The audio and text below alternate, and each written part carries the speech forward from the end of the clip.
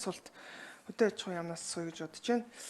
За энэ отрын бүс нийт хөдөө аж ахуйн одоо энд хуваарлагдж байгаа зардал дээр отрын бүс байгуулах хамгаалах дээр 11 сая төгрөг тавьжээ. Яагаад энэ дээр ингээд ийм асуудал үүсчих вэ? Бэлчээрийн дац хэтэрсэн хатуу үйлчлэлтэй хүнд нөхцөл байдал үүсээд байждаг. За одоо бүр сүүлдээ нөгөө оторлсон одоо малчт маань бүр отрын бүсээсээ ч гарахгүй ингээд газрын маргааны асуудал үүсээд ингээ хүндэрсэн нөхцөл байдалтай байгаа. Тэгэхээр энэ бүсийг хамгаалах дээр ерөнхийдөө 11 сая төгрөг тавьж байна. Энэ тэг хамгаалагдчих чадах уу гэдэг асуулт байна. За хоёрдугаарт энэ хөдөө аж ахуйн салбарын бүтээгдэхүүн үйлдвэрлэлийг дэмжих урамшуул гэж байна. Энэ яг тусдаа яг ямар урамшуул вэ? Тэрнээс биш одоо энэ төсөвдөр бол сүүний улаан буудаа, ноосны арь ширгээд бүгднгийнх нь урамшуул, хүнсний ногооны урамшуул хүртэл тусдаа ингээд байна. Тэгэхдээ энэ дээр нь хөдөө аж ахуйн салбарын бүтээгдэхүүн үйлдвэрлэлийг дэмжих урамшуул гэдэг нь яг ямар ялгаатай юм бэ?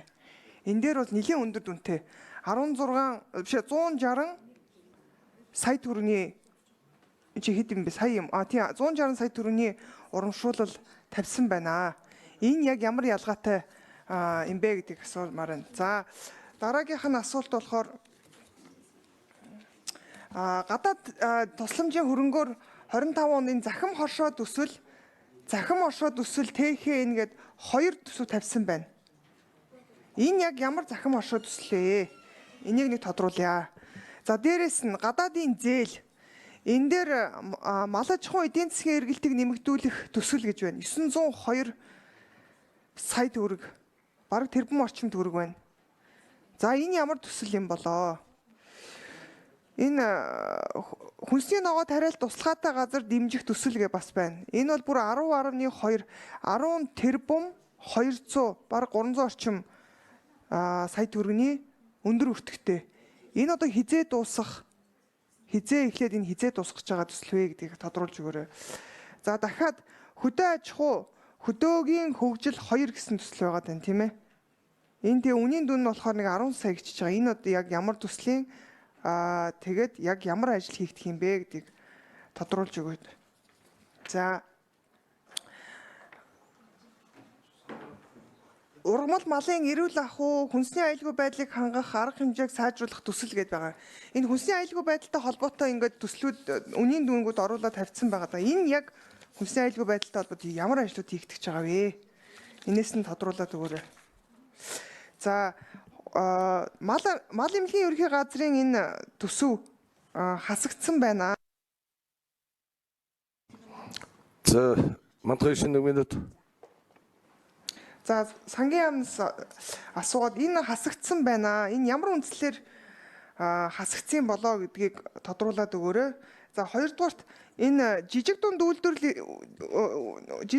үйлдвэрлэлийг дэмжих дээр 44.8 сая төгрөг тавигдсан юм шиг байна. Тэгсэн мөртлөө энэ эргэн төлөлтөнд тэг гэж тавьсан бах юм. Тэгэхээр энэ одоо гаргаж байгаа мөнгө нь эргэн төлөлт байхгүй мó? Энэ 25 онд эргэн төлөлт байхгүй гэж тавьж байгаа мó? Яг юу гэсэн үг юм бэ? Энийг бас тодруулъя. Энэ юу н ашигтай ажиллаж байгаа мó үгүй юу? За зээлийн батлан даалтын сан дээр яагаад энэ 45 сая төгрөг тавьсан юм? 45 сая юм шиг байна тийм ээ. Эндээс за уучлаарай. Тэрбум аа.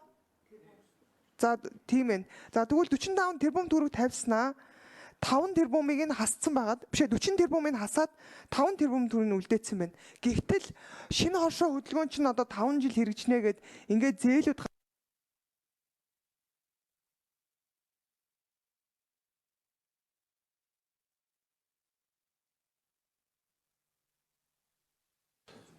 Инквайсер хэрүүлээ. Ерөнхийдөө хэмнэлттэй төрийн байгууллага өөр дээр аав гэдэг ийм л улс төрийн шийдэл гаргаад л тэгэл хасч болох, багасгах болох л бүхэл үзүүлэлтээр хасч байгаа. Мэдээж нөлөөлөл сөрөг орно. Гэхдээ аль болох бид нар урсгал дотроо зохион байгуулаад тэгээд дотор нь ирэмбэлж байгаа л тэгэл аль болохоор эрсдэл багтай байхаар л ингээл зохицуулна да.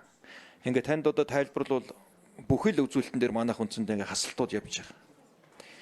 Тэр усалгааны төсөл бусад тэр төслүүдтэй холбоотой дэлгэрэнгүй мэдээлэл танд бичгээр хүргэе.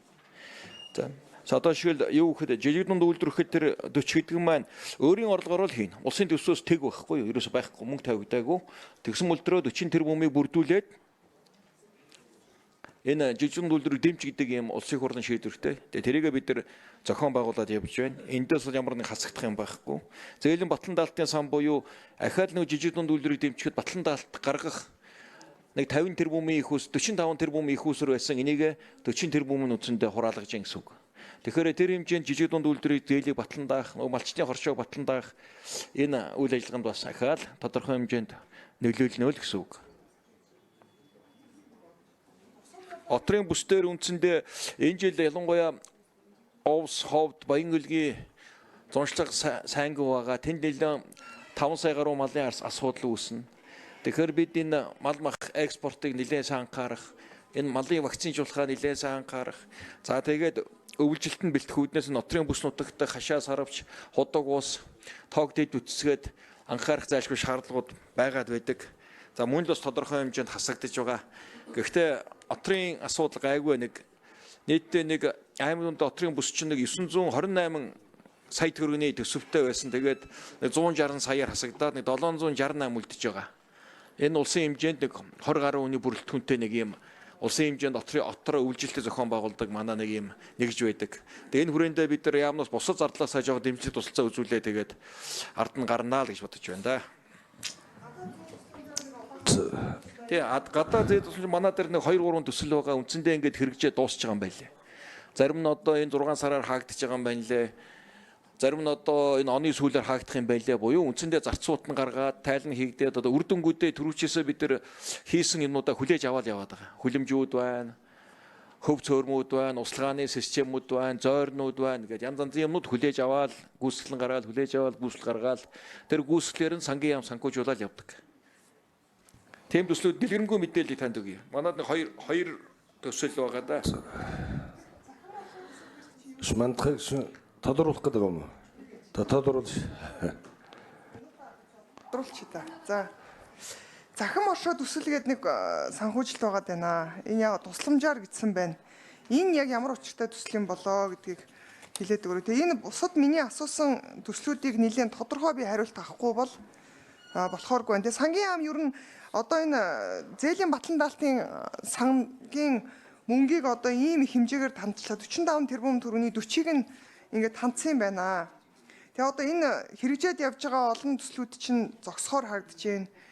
Тэр энэ дээр ер нь яг ямар байр суурьтай ямар үндслээр хасчваа гэдгийг би нэг тодорхой асуумаар байгаа. Ер нь чи ямар үнэлгээнд тавьсан, ямар үндслээр энэ төслүүдэд хассан бэ гэдэг дээр хариулт өгөөч. 3 номер Ганбатар төрийнэр. За төсвийн тодтол гэж энэ зардал асч байгаа бол үндс нь бол эдийн засгийн нөхцөл байдал бол бид гадаад орчны нөлөөллөөс болоод бас амаргүй байна. Тэгээд энэ дээр эдийн засгийн дотоодын нийтлэг хөтгөөнийг бид номинал тоогоор 2025 онд 95 их найд гэж тооцож байсан. Энэ бол 5 их найдаар буураад 90 их найд болохоор эдийн засгийн өсөлтийг 8% гэж тооцож байсан. 5.5 болохоор байна. Гэдэг тэгээд нийт экспорт маань 3 тэрбум ам доллараар буурахаар ингээд нийт импорт ингээд бас 1.1 тэрбум доллараар ингээд буурч байгаа. Мөн гол нөгөө экспортын гол бүтээгдэхүүн болох нүүрсний үн 40 гаруй хувиар буурсан. Энэ цаашид бас буурч болцсгүй нөхцөл байдал үүсэж байгаа. Энэ нөхцөл байдлаас биднээс хамаарахгүйгоороос гадаад хүчин зүйл олон улсын нөхцөл байдлаас хамаарат ингэж байгаатай холбогдуулаад төсвийн орлогыг бид 3.3 их найдаар бууруулалт тооцсон. Цаашид бас энэ нөхцөл байдал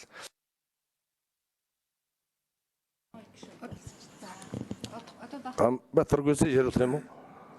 за цаашид нөхцөл байдал улам муудвал бид бас энээс цаашаа бүр хатуу арга хэмжээнүүдийг аван. Тэгээд энэ нөхцөл байдлыг засгийн газар дээр ярилцсны үндсэн дээр төсвийн тодтголыг оруулж ирж байгаа. Тэгээд хэмнж болох зардлуудыг бүгдийг бууруулж байгаа. Тэгээд ер нь төрийн албаагчдын тоо гэсөөр бууруулах энэ төрөд бас нэлээд хатуухан төсөв оруулж ирж байгаа. Тэгээд энэ хүрээнд л одоо яг зарчим баригдал бүх сайд нар дээрээс бол таналтай зардлыг бууруулж байгаа. Тэгээд төсвийн тодтол батлагдах юм бол төсвийн ерөнхийлөгчийн захирагч нар урсгал зардлын дүн дотроо багтаагаад зардлаа ирэмдэх байдлаар авч үзэх боломжтой.